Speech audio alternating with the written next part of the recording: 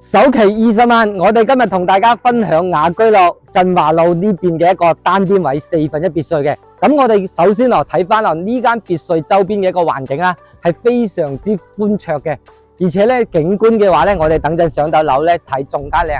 咁我哋依家望翻過嚟呢邊啦，咁佢係上下3層嘅。咁呢套單邊位最大嘅一個特點咧，就係佢個花園咧係足夠大嘅，係有50幾平方啦，而且咧喺隔離停車咧亦都係相當方便。咁好多中意擴建嘅朋友咧，就可以睇翻呢個邊位啦。咁呢個邊位嘅話咧，咁佢個寬度咧亦都接近有2.8米嘅。咁響到家房間啦或者廚房推出嚟咧，亦都係綽綽有餘嘅。咁呢邊前花園嘅話咧，係仲加有差唔多有20個平方啦。咁呢個咧亦都可以做個涼亭響呢邊。一樓啦，咁我哋睇翻依間目前1樓嘅狀況。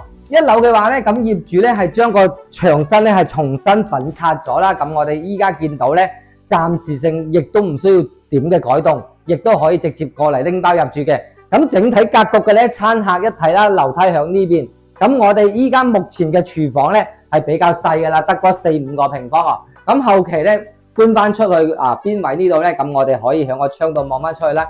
隔離咧係全部都可以望翻出去比較開揚啲嘅，就唔似響中間位嗰啲別墅哦。咁呢個衛生間嘅話咧，咁亦都可以往外擴埋出去。咁我哋整體呢間1樓嘅一個空間咧，亦都係非常好用嘅。跟住我哋上去2樓睇下先。嚟到2樓啊，首先咧我哋知道咧佢係有2間房啦。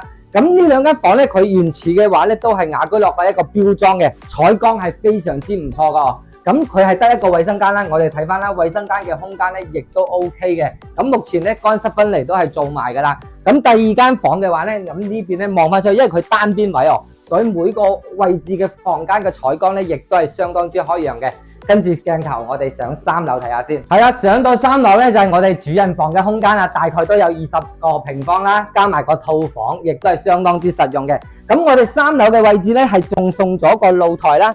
露台都有15個平方度喎，但係呢邊嘅露台咧，咁後期咧就亦都可以將個護欄推返出去。咁我哋望望呢邊嘅一個景觀啦，因為呢套單邊位哦，雖然咧我哋係4分1別墅，但係整體嘅一個感覺咧，亦都係相當之開揚、相當之靚嘅。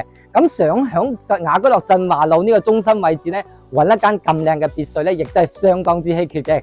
咁呢一套嚟講咧，咁佢總價先係140零萬，係相當之筍噶啦。假如你中意呢隻別墅嘅話咧，歡迎盡快聯繫我過嚟現場睇樓嘅。